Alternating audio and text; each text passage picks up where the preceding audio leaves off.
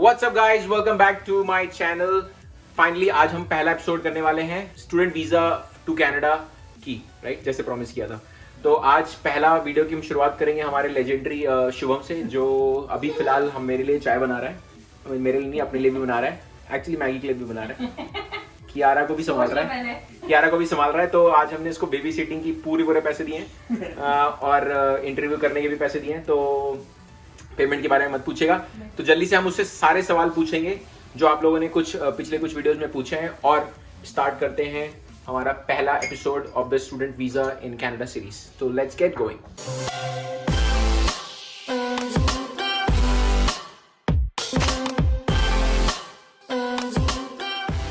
Welcome back. अगर अभी तक आप लोगों ने चैनल को सब्सक्राइब नहीं किया है तो प्लीज चैनल को सब्सक्राइब कर लीजिए। और थोड़ा सा आवाज हो रही, मैगी एग्जॉस्ट बंद करना प्लीज। एक सेकंड में तो ये लोग भाग जाएंगे। तो चैनल को प्लीज सब्सक्राइब करिए जिन्होंने अभी तक सब्सक्राइब नहीं किया है, और इस पूरी सीरीज को प्लीज जरूर वॉच करिएगा अगर आप कनाडा आ रहे हैं as a student.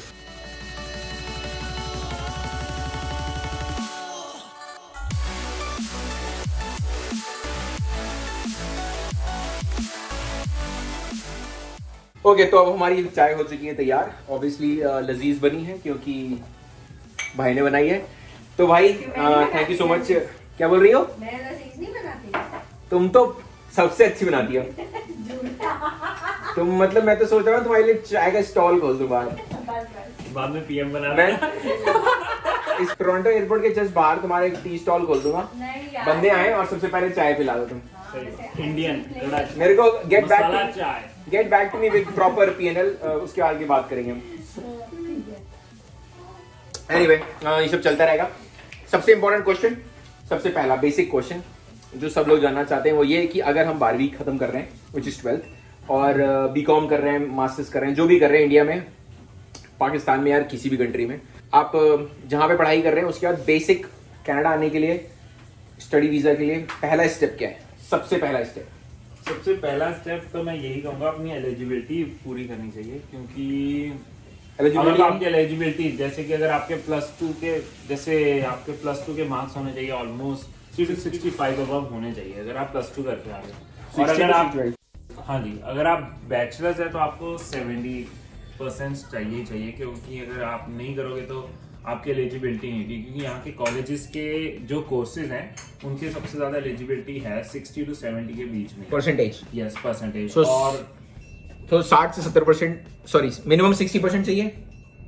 Minimum 60 to 65 almost, depending upon your course और डिपेंडिंग अपॉन आप कौन से कॉलेज में जाए। एलिजिबिलिटी 60% मिनिमम चाहिए। हाँ जी। अगर 50 है तो नहीं, थोड़ा मुश्किल हो जाएगा। तो 50 में भी मुश्किल होगा, ऐसा नहीं है कि होगा नहीं। हर कॉलेज की एलिजिबिलिटी डिफरेंट होती है, लेकिन अगर आपकी मिनिमम 60% है तो मेजॉरिटी ऑफ द कॉलेजेस में आपका एडमिशन हो सकता है। ओके, दूसरा तो ये तो हो गई एलिजिबिलिटी की बात। दूसरा, आइल्स कितना चाहिए? सो आइल्स का एग्जाम देना पड़ता है आपको। आइल्स जो है रीडिंग, लिसनिंग, स्पीकिंग और राइटिंग का टेस्ट होता है। International English language testing system. Yes, बहुत बढ़िया, गूगल काम करता है हमेशा। तो ये आपका टेस्ट होता है और आपको मिनिमम 6 सिबिल स्कोर चाहिए। अगर 6 नहीं है, उससे कम है तो अगेन प्रॉब्लम्स होती हैं, पर मिनिमम 6 चाहिए होता है, राइट? यूजुअली अगर तो वैसे एलिजिबिलिटी ज्यादातर कॉलेजेस की होती है 6 या 6.5, लेस एक में 5.5 चल जाता है, राइट? ठीक है। बट अगर बाकी डिपेंड करता है कि आप कोर्स कौन सा ले रहे हो। या तो अगर आप कोई प्रोफेशनल जैसे कि हो गया मास्टर्स की बात तो मास्टर्स या अगर आप ग्रेजुएशन के बात करोगे फिर आपको 6.5 चाहिए। Okay. 6.7 और 7, और आपके जो मार्क्स होने चाहिए ग्रेजुएशन में वो होने चाहिए अबव 65 to 70 के बीच। ओके, हाँ तो आपकी पहली एलिजिबिलिटी होगी कि स्कोर 60% प्लस होना चाहिए। प्लस 2 के लिए आपको 60% प्लस चाहिए और आपको 6 आइल्स चाहिए। और अगर बैचलर्स के 5.5 बाद आ रहे हो तो 6.5 के ऊपर चाहिए। 6.5 और 65%। ओके, परसेंटेज वैसी होगी। Yes. आइल्स का खर्चा कितना है वैसे? लगभग एक एग्जाम का एग्जाम 12,000 13,000 आई थिंक, मेरे को at that time I paid I think so 11,000, और अब 12,000 हर साल $200-300 $300 बढ़ते हैं। चिल्लर बढ़ा देते थोड़े से। चिल्लर बढ़ा देते हैं। ओके, तो एक आपको जितना आइल्स मर्जी अटेम्प्ट करो, कोई वो नहीं है इसमें। पर 12,000 हर बार देने पड़ते हैं, हाँ, राइट? 12,000 हर बार देने। तो आपको आइल्स देना पड़ेगा 12,000 एक बार की फीस है, एग्जाम की फीस है।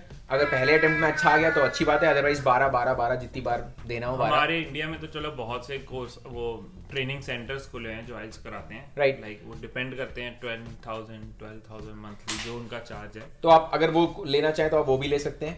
तुमने लिया था? हाँ जी। इसने भी लिया था, तो मतलब आप ले सकते हैं।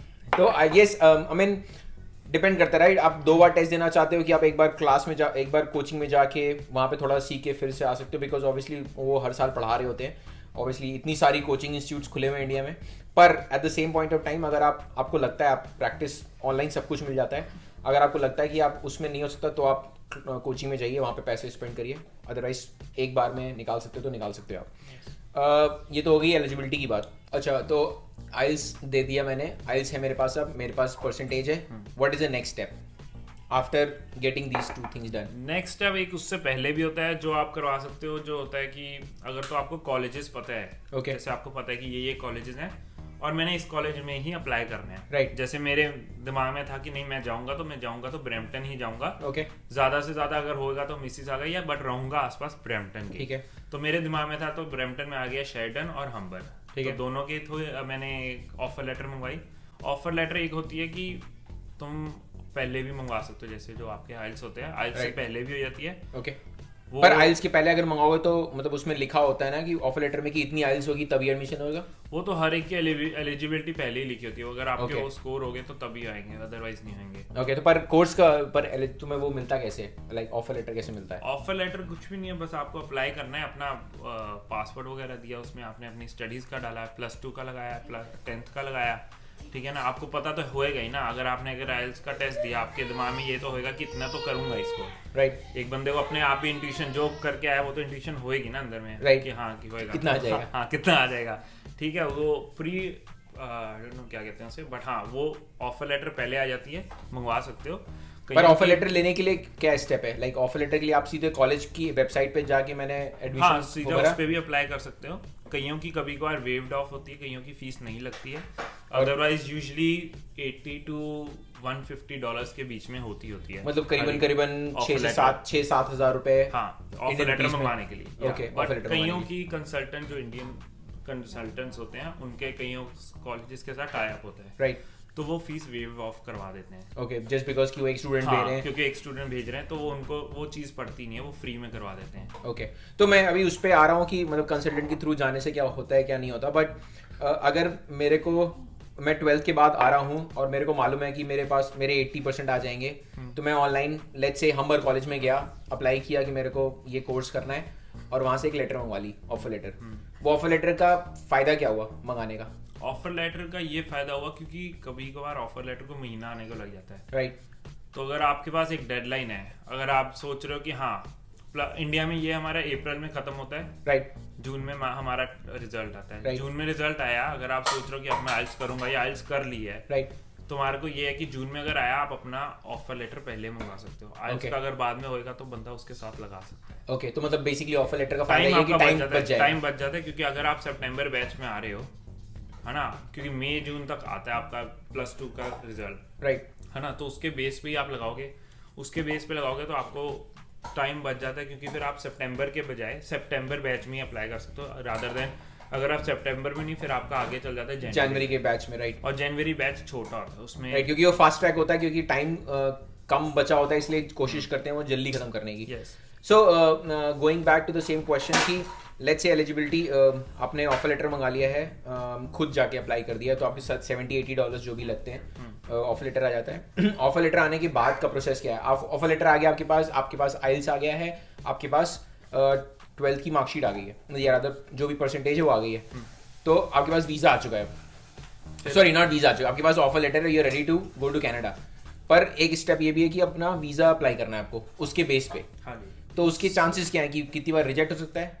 रिजेक्ट के चांसेस सिर्फ और सिर्फ तब होंगे अगर तो आपका बहुत ही ज़्यादा, अगर स्टडी में आपका बहुत ज़्यादा है, ठीक है, यहाँ तो अगर आपने बैच गलत चूज़ किया है। यूजुअली जनवरी बैच सबसे ज़्यादा स्ट्रिक्ट होता है, Okay. क्योंकि जनवरी बैच में ज़्यादातर ये, क्योंकि जनवरी बैच बहुत फास्ट होता है, Right. और उसमें ना ही कोई ड्रॉप होता है, वो बैच छोटा होता है, यूजुअली सितंबर बैच सबसे बड़ा होता है। राइट, नंबर ऑफ स्टूडेंट्स की बात नंबर ऑफ स्टूडेंट्स, अगर तो वो स्टूडेंट उनके पास सीट्स ही नहीं है उतनी, तो वो नहीं बुला ही नहीं पाएंगे ना। बेसिकली कहने का मतलब है कि कंपटीशन बढ़ जाता है, हाँ, क्योंकि जनवरी में अगर आप करोगे तो जनवरी में बढ़ा है। तो ये है सितंबर में तो वो कम भी नंबर आए तब भी आपकी किस्मत अच्छी है तो वो कर लेते हैं। सो बेसिकली कहने का मतलब ये है कि सितंबर बैच में अगर आना है तो सितंबर बैच के लिए ट्राई करो, कंपटीशन कम होगा और chances of getting through the admission process is easy compare to January. ऐसा नहीं जनवरी में होगा, लेकिन जनवरी में कंपटीशन ज्यादा होता है बिकॉज सीट्स कम होती हैं। मैं इस बात को बात के लिए नहीं छोड़ता, अभी बताता हूँ। सो लेट्स से बिकॉज इस साल कोविड है, कोविड की वजह से एग्जाम्स पोस्टपोन हो चुके हैं। आई नो बहुत सारे लोगों ने इसके बारे में पूछा था हमारे लास्ट वीडियो में। तो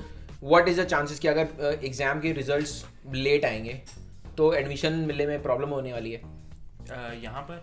यस, जैसे इंडिया में अभी 12th के एग्जाम अभी नहीं हुए हैं, उसको पोस्टपोन कर दिया है बिकॉज ऑफ कोविड 3-4 महीने। तो सितंबर बैच में एडमिशन हो सकता है?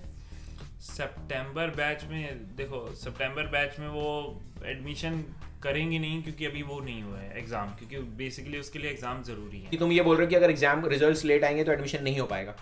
नहीं, क्योंकि फिर उसके लिए एग्जाम अगर रिजल्ट कंपलसरी है, हाँ कंपलसरी है। तो सितंबर बैच में नहीं होगा तो जनवरी बैच में हो जाएगा, पर एडमिशन हो जाएगा, उसमें कोई इशू वाली बात नहीं है। So that is what the answer for that question is. Anyway, so अब इस बारे में बात करते हैं। तो लेट्स से अगर मेरे को पता नहीं है किसी चीज़ के बारे में तो मैं एजेंट के पास जाता हूँ जो कि मुझे कॉलेज में एडमिशन दिलवाता है। उसकी फीस लगभग कितनी होती है? यूजुअली तो इतनी होती है 10 to 20 के बीच में होती है। अगर तो हाँ मैनेजेबल है, हाँ मैनेजेबल है। अगर तो कंसल्टेंट बहुत ही हाई लेवल का है कि हाँ उसके मतलब जो चांसेस है रिजेक्शन के बहुत कम हुए, क्योंकि अगर उसकी तो गुडविल अच्छी है, रेपुटेशन है, तो वो 30 तक भी चल जाता है। चल जाता है, हाँ। I mean 10,000 एक्स्ट्रा चलता है, लेकिन अगर गुडविल अच्छी हो। पर ये हमें तो ये पर सबको कैसे मालूम कि गुडविल अच्छी है कि नहीं है? वो अपने आप बताते हैं ना। अब जैसे अब मार्केट में हो तो मैं ये तो पता है ना कि उनका है, उनकी नहीं रिजेक्शन आती हैं, ये है। आई रिमेम्बर जब मैं एक बार किसी एजेंट से मिला था इंडिया में, तो उसने मेरे को ऑब्वियसली सब अपना बताते हैं ना कि हमने इतने स्टूडेंट्स भेज दिए हैं। ऑब्वियसली हमें मालूम चल जाता है कि वो ऑथेंटिक है कि नहीं है। आप जाके सारे स्टूडेंट्स को कॉल तो नहीं कर सकते, but most of the time whatever they are saying is legit. हाँ, तो कंसल्टेंट के पास आप गए तो 20,000 रुपये उसने चार्ज किए, 30 जो भी है, और आपको वो कॉलेज में एडमिशन दिलवाता है। ओके, एडमिशन दिलवा दिया उसने। और क्योंकि यूजुअली ऑफर लेटर भी वो ही मंगवा देते हैं जो आप भी कॉलेज का कहोगे या जिनका। तो बेसिकली सारा प्रोसेस है वो बता देगा 20-30 हज़ार में। ये फिर भी बेटर लगता है। और लेगा भी तब वो जब तुम्हारे वीजा आएगा, उससे पहले नहीं लेंगे। ओके, तो इस मामले में और भी बात सही थी। Yes. तो आई रिमेम्बर मैंने एक वीडियो बनाया था, ये यहाँ पे आप आई बटन पे क्लिक करके देख सकते हैं, वेयर आई सेड कि अवॉइड इमिग्रेशन कंसल्टेंट्स एजेंट्स। वो काम करता है उन लोग उस टाइम पे जब आप वर्क परमिट या उन सब चीज़ों के लिए अप्लाई कर रहे हो, बिकॉज उसमें बहुत सारी फेकनेस है। उसके बारे में एक अलग से बात कर सकते हैं। लेकिन स्टूडेंट वीज़ा के लिए इतना ज़्यादा प्रॉब्लम नहीं होता, because they get commission through colleges, they get commission through airlines, बहुत सारी जगह उनकी कमीशंस होती हैं, तो इतना ज़्यादा प्रॉब्लम नहीं करते। बाकी आपको पहली बार में मालूम चल जाता है कितना सही है कितना गलत है, राइट। सो वो आपको एडमिशन दिलवा देंगे, वो आपका सारी फ्लाइट वाइट सब कुछ करवा के आपका अकाउंट खुलवा देंगे, फ्लाइट। सो जीआईसी की बात करते हैं। सो लेट्स से मेरा एडमिशन हो गया, हाँ, मेरा आइल्स हो गया, मेरी लेटर आ गया, मैं उसके बाद वीज़ा अप्लाई करता हूँ। और वीज़ा से पहले आपको अकाउंट खुलवाना पड़ता है। ओके, जीआईसी अकाउंट, जिसमें आपको $10,000 शो करने पड़ते हैं, जमा करवाने होते हैं। यहाँ पर आके वो आपको मंथली मिलेंगे, राइट। वो आपको कनाडा गवर्नमेंट इसलिए करवाती है कि आपके पास एक्सपेंसेस है, कल को आप एक साल कुछ नहीं कर रहे हो, राइट। कि हम ये नहीं चाहते कि आप यहाँ पर आपके पास अपने खर्चे उठाने के लिए नहीं है, राइट। बाद में चाहे यहाँ आप काम कर रहे हो या नहीं कर रहे हो, राइट, ठीक है ना।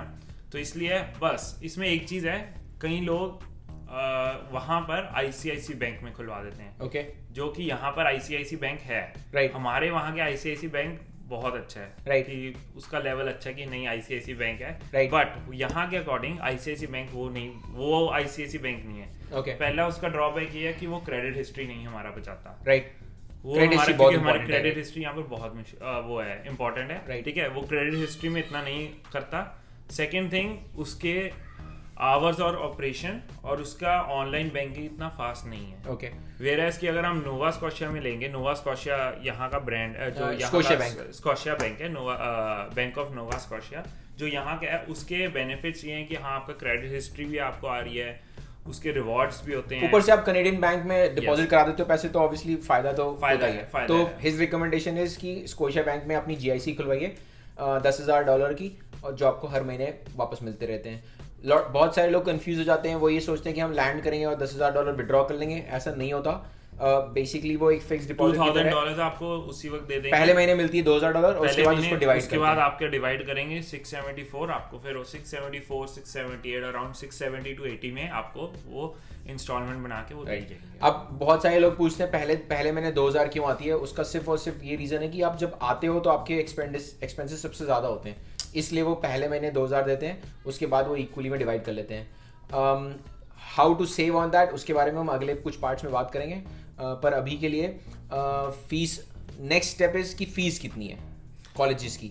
फीस जिस वक्त मैं आया था उस वक्त तो होती थी कि एक सेमेस्टर की फीस करा के आ सकते हो, बट अब है कि 2 सेमेस्टरों की फीस होती है। कि फीस पहले से देनी है। हाँ, 2 सेमेस्टर की फीस वहां से होगी, उसके बाद चाहे 2 यहाँ के तुम अपने आप निकाल लो या आप फीस है कितनी, लेकिन फीस कितनी है एक सेमेस्टर की फीस? ऑलमोस्ट अगर तो आप सिर्फ जैसे अगर आप कहें कि कॉलेजेस में जा रहे हो, ठीक है, कॉलेजेस की ऑलमोस्ट है 16,000 to 20,000 के बीच में for a year, for 2 semesters. Okay, yeah. So almost a year. Year.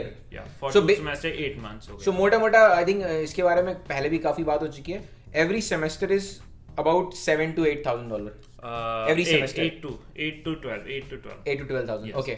So approximately आप मान के चल सकते हैं 8 to 12, 8 to 10, 10,000 ये colleges की है. Universities are different. Universities are different. पर अगर आपको जस्ट जनरल एक आइडिया लेना है, ऑब्वियसली हर कॉलेज की फीस थोड़ी सी डिफरेंट होगी, बहुत ज़्यादा डिफरेंस नहीं होती है, 19-20 का फर्क होता है, लेकिन जो मेजॉरिटी है वो 8 से 12,000 पर सेमेस्टर। तो अगर आपका 4 सेमेस्टर का इंटू 4 हो गया, अगर आप सिर्फ 1 साल के लिए आ रहे हो तो 2 सेमेस्टर इंटू 2 हो गया।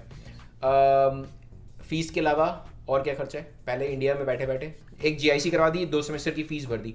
GIC 2 सेमेस्टर की फीस होगी। तो अगर 2 सेमेस्टर की फीस 10 इंटू 10 20,000 प्लस 10,000 GIC, तो 30,000 का खर्चा पहले से है, यानी करीबन 15 लाख रुपए आपको 16 लाख लगता है एक साल की पढ़ाई का, अगर मिनिमम जोड़ रहे हैं तो। प्लस उसमें से जो आपको वो तो वापस ही आ जाएगा ना, मेन तो आपकी फीस गई है। हाँ, 10,000 तो आपको आएगा ही आएगा। एग्जैक्टली 10,000 तो आपको वापस ही मिल रहा है। फीस खाली खर्चा है जो कि $20,000 है, करीबन 10 लाख के आसपास। सो वो आपको मिल जाए, वो आपकी पढ़ाई का खर्चा होगा। ओके, दैट्स इट, पढ़ाई। और उसके अलावा क्या खर्चा होगा? एक फ्लाइट की टिकट जो आपको करानी होगी, वो एक अलग खर्चा है, दैट्स इट। और ये सारे प्रोसेस में टाइम कितना लगता है?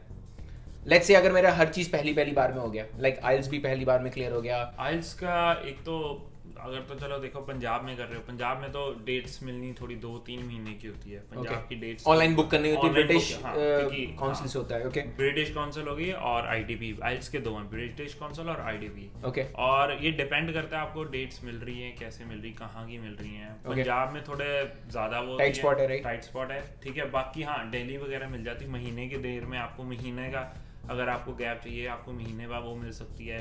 फिर आपको अगर उसके बाद ऑफर लेटर में आपको कम से कम 2 से 4 हफ्ते लग जाते हैं। 2 to 4 वीक्स का आपको प्रोसेस है। ओके, अगर आप मंथ ही लेके चलो, मंथ आपको ऑफर लेटर में आ गया, राइट। अगर मंथ भी आपको इसमें लग गया, आइल्स में लग गया, आइल्स और ऑफर लेटर आप पैरेलली भी कर सकते हो, एक ही बारी में कर सकते हो, क्योंकि आई थिंक आइल्स तो वैसे भी 2 साल के लिए वैलिड होता है, राइट? हाँ, आइल्स तो 2 साल आप पहले भी करा लोगे तो फायदा ये है कि मतलब आप 12th के 2 महीने पहले करवा लो। जैसे ही आपकी 12th खत्म हो रही है उसके बाद आपके पास 2 महीने का टाइम है, जब तक आपके स्कोर नहीं आ रहा, आपके रिजल्ट नहीं आ रहा +2 का। इट्स गुड, आप उस वक्त ही प्रेप करके अपनी साथ ही करवा, राइट। और क्योंकि अगर रिजल्ट अच्छा नहीं आया तो आप वापस आके फिर से करा सकते हो।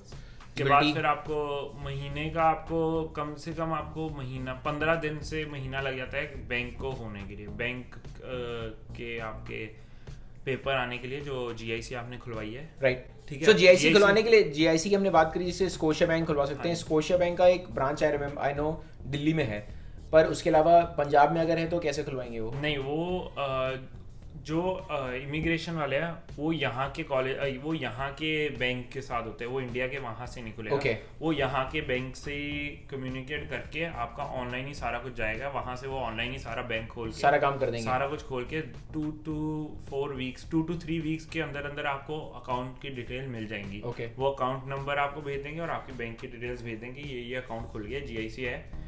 फिर उसके बाद जब आप कनाडा पहुंचोगे तो हाँ, वो जाके एक्टिवेट कराना पड़ेगा हमें। ओके, वो तो एक्टिवेट ये बस जाके अपने एक बारी डॉक्यूमेंट्स दिखा के सारा आपको स्टार्ट करके फिर वो आपको 2,000 दे देंगे, आपका डेबिट कार्ड दे देंगे, आपको क्रेडिट कार्ड आपका दे देंगे। ओके, वो सो वो क्रेडिट कार्ड आपकी एक्टिवेट। ओके, फिर उसके बाद जब ये सारा कुछ हो गया, उसके बाद ये सारी फाइल्स तैयार होने के बाद +2 आपके मदर फादर, फिर आपके सिबलिंग्स हैं, उनके डेट ऑफ बर्थ वगैरह सारा कुछ लगने के बाद फिर आपका इमिग्रेशन लगती, फिर आपका फाइल लगेगी, फिर उसका कम से कम, अब ये तो डिपेंड करता है ना, अब ये इसमें तो कोई भी बात नहीं, आने को किसी का हफ्ते में भी आ जाता है वीज़ा, राइट, किसी का आने को 3 महीने में। सो बेसिकली अगर आप लगा के चलें 3 महीने का कम से कम प्रोसेस है। ओके, तो मतलब अगर आप 1 महीने पहले तैयारी करने शुरू करें एग्जाम के, 12th के एग्जाम के पहले, तो काम हो सकता है।